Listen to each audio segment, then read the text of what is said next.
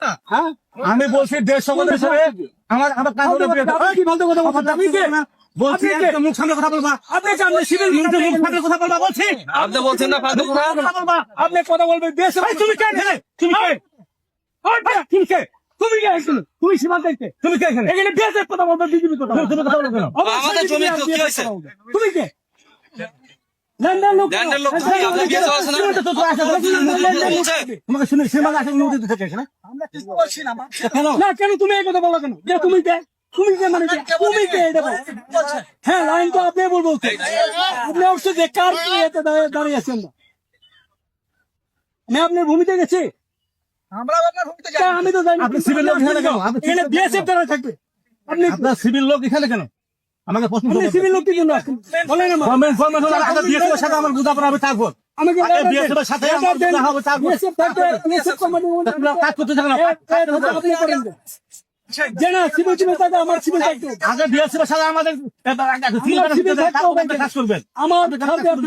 যোগ্যতা চাকরি করতে আছে অবশ্যই আসতে হবে আমার সার্ভে তাহলে আপনি আমার থাকতে দরকার নাই আপনি আমার কথা বিএসএফ এর সাথে আগে আমাদের এটা কোম্পানি একটু পতাকা পতাকা না শুনেন স্যার কি কয় স্যার কি কয় স্যার চুপচাপ কি শুনে? শুনেন আমি শুনে আপনি শুনে আমি ভদ্রভাবে আপনাকে বলছি এই যেহেতু এখানে একটা বিবাদ হচ্ছে ঠিক আছে না এখানে আমাদের বিএসএফ এর সাথে আমাদের এর একটা মীমাংসা হয়ে যাবে তারপরে আপনারা তারপরে আসুন সমস্যা না। ওটা কি ওটা কি ওটা কি তোর ওইটা কি? না না খুঁটি না ওটা উঠায় নেন ওটা উঠায় নেন ওটা উঠায় নেন